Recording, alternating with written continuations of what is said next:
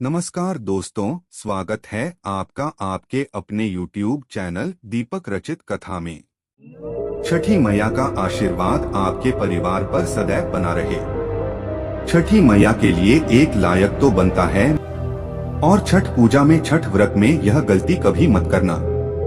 दोस्तों, छठ पूजा में छठी मैया को ये 3 चीजें कभी मत चढ़ाना। भूलकर भी ऐसी छठ पूजा कभी मत करना, घोर पाप लगता है और व्रत टूट जाता है। छठी मैया क्रोधित हो जाती है। दोस्तों, हिंदी पंचांग के अनुसार छठ हर वर्ष कार्तिक मास के शुक्ल पक्ष की षष्ठी यानी छठी तिथि पर मनाया जाता है। यह हमेशा दीपावली के 6 दिन बाद पड़ता है, जो नहाय खाए की परंपरा से प्रारंभ होता है। यह व्रत करने वाले व्रतधारी 36 घंटे तक निर्जला व्रत रखते हैं, जिसके बाद छठी मैया की आराधना और सूर्य देव को अर्घ्य देने के बाद इस व्रत का समापन किया जाता है। दोस्तों, सबसे पहले हम यह जानते हैं कि ऐसी कौन सी महिलाएं हैं जिन्हें छठ पूजा नहीं करनी चाहिए। लगता है घोर पाप और व्रत टूट जाता है, छठ मैया क्रोधित हो जाती है। दोस्तों, छठ पूजा का व्रत ऐसी महिलाएं गलती से भी ना रखें, अन्यथा आपकी संतान की मृत्यु हो सकती है, पति पर भारी संकट आ सकते हैं, उल्टा पाप के भागीदार बन सकते हैं। ऐसी महिलाएं छठ पूजा से रहे दूर। दोस्तों, कार्तिक मास की षष्ठी को छठ मनाई जाती है। छठे दिन पूजी जाने वाली शशि को बिहार में आसान भाषा में छठी मैया कहकर पुकारते हैं। यह त्योहार अपितु महाराष्ट्र, झारखंड, उत्तर प्रदेश तथा पश्चिम बंगाल में भी मनाया जाता है। मान्यता है कि छठ पूजा के दौरान पूजी जाने वाली यह माता सूर्य भगवान की बहन है, इसीलिए लोग सूर्य को अर्घ्य देकर छठ मैया को प्रसन्न करते हैं। वहीं पुराणों में मां दुर्गा के छठे रूप कात्यायनी देवी को भी छठ माता का ही रूप माना जाता है।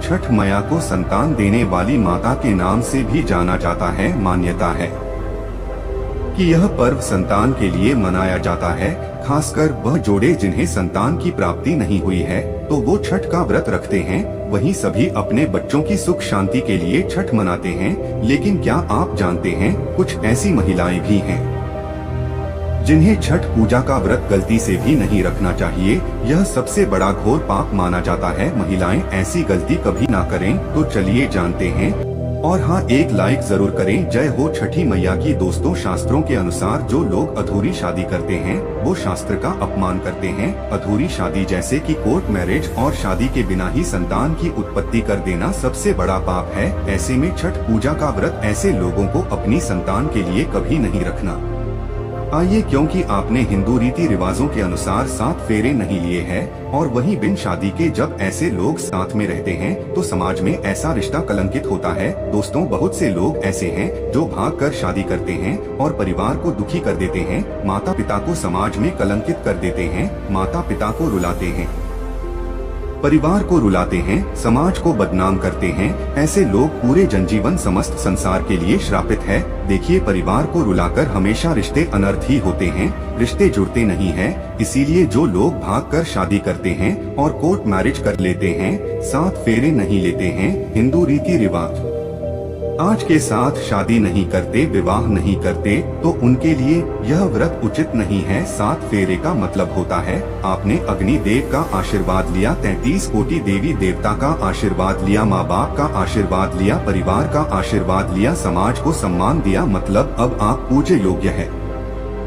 आप भगवान की सेवा कर सकते हैं। आप कोई भी व्रत आदि घमंड के साथ कर सकते हैं। यदि जिस स्त्री को हल्दी न लगी हो, जिस पुरुष को हल्दी न लगी हो, ऐसा विवाह भी अशुभ होता है। शादी में हल्दी अवश्य लगाना चाहिए, तभी ही आप व्रत आदि रख सकते हैं, पूजा पाठ कर सकते हैं, किसी भी मांगलिक कार्य में आप शामिल हो सकते हैं।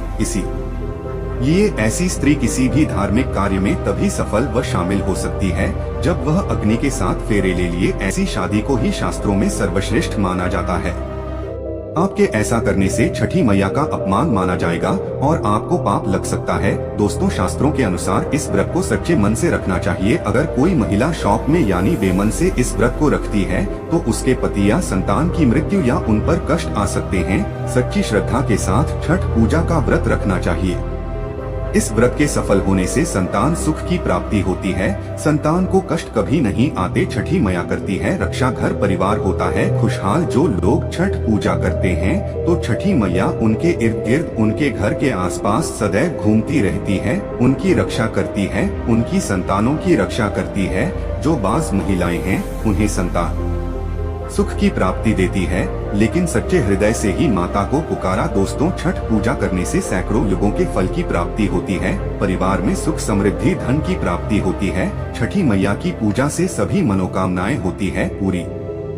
वहीं कुंवारी कन्याएं और पुरुष भी छठ पूजा कर सकते हैं। छठ पूजा का फल कई लाख गुना प्राप्त होता है। इससे व्यक्ति के सभी पाप खत्म हो जाते हैं और सुख समृद्धि की प्राप्ति होती है।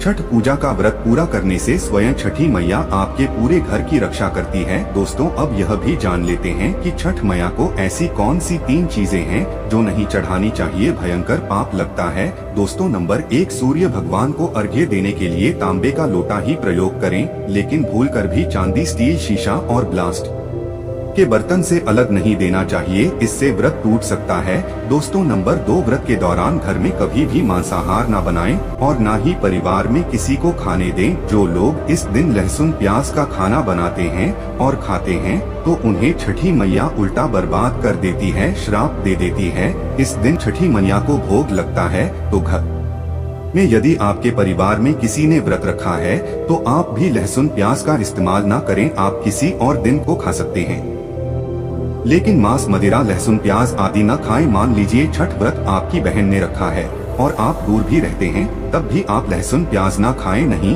तो उनका भ्रम टूट सकता है। साथ ही साथ व्रत के दौरान घर में मदिरा आदि धूम्रपान भी नहीं करना चाहिए। दोस्तों, नंबर 3, छठी मैया का प्रसाद बहुत ही शुद्धता के साथ बनाया जाता है। उनका प्रसाद हमेशा ऐसे चूल्हे पर बनाएं जिससे ताजी लेपा गया हो। यदि गैस पर बना रहे हो तो गैस स्टोव को अच्छी तरह से धो लें। पहले से बने चूल्हे पर कभी प्रसाद न बनाएं, इसके लिए नया चूल्हा ही बनाएं। दोस्तों, नंबर 4, सूर्य को अर्घ देने से पहले कभी भी भोजन ग्रहण न करें, घोर पाप लगेगा। व्रतधारी लोगों को पहले और दूसरे दिन सूर्य को जल देने के बाद ही भोजन करना चाहिए। नंबर 5, छठी मैया से मांगी मन्नत अगर पूरी हो जाए तो आपको अपनी मन्नत का पूरा होने की विशेष पूजा जरूर करनी चाहिए, अन्यथा मैया के प्रकोप का सामना करना सकता है। नंबर 6, छठ का व्रत करने वालों को जमीन पर 4 दिन तक सोना चाहिए। छठ पूजा वाले कमरे में ही अपना आसन लगाना चाहिए। ऐसे में आपको छठ मैया का ध्यान करते रहना चाहिए, इससे माँ आपके व्रत को संपूर्ण करती है और कोई भी विघ्न बाधा नहीं आती है। नंबर 7, जिस जगह पर प्रसाद बन रहा हो वहाँ साधारण भोजन भी नहीं बनाना चाहिए, साथ ही साथ उस स्थान पर खाना भी वर्जित है। दोस्तों, नंबर 8, प्रसाद बनाते हुए नमक का हाथ भी किसी पूजा की वस्तु या प्रसाद नहीं छूना चाहिए। दोस्तों, नंबर 9, पूजा के दौरान अपनी वाणी को बुरी बातों से थोड़ा दूर रखें, जुबान पर गंदे विचार भी नहीं लाना चाहिए। छठी मैया का आशीर्वाद पाने के लिए मन में गंदे विचार नहीं लाना चाहिए। नंबर 10, घर में पूजा के दौरान झूठे बर्तन और गंदे कपड़ों का ढेर बिल्कुल नहीं होना चाहिए, इससे छठी मैया क्रोधित हो जाती है और व्रत टूट जाता है। छठी मैया को साफ सफाई बहुत पसंद है और छठी मैया का आशीर्वाद प्राप्त हो जाता है। दोस्तों, आज हम आपको छठी मैया की कृपा पाने के लिए एक ऐसा उपाय बताएंगे जिससे आप सबसे जल्दी करोड़पति हो जाएंगे। मैं छठी मैया की सौगंध खाता हूँ, अगर आपने यह उपाय कर लिया तो आपको दुनिया की कोई भी महाशक्ति, कोई भी व्यक्ति करोड़पति होने से, धनी होने से, धन ऐश्वर्य प्रगति, सौभाग्यशाली, उत्तम जीवन, जीवन साथी, धन संपदा, सकारात्मक ऊर्जा प्राप्त करने से कोई नहीं रोक पाएगा। यह उपाय आप कॉपी पेन पर लिखकर रख लें, आपके बहुत काम आएगा। हम उपाय बताने वाले हैं, उपाय को ध्यान से सुना, आपकी कायाकल्प हो जाएगी। यह उपाय छठ पूजा वाले दिन ही करना है। आइए जानते हैं उपाय। ये उपाय आपको हमारे इस चैनल पर ही मिलेगा।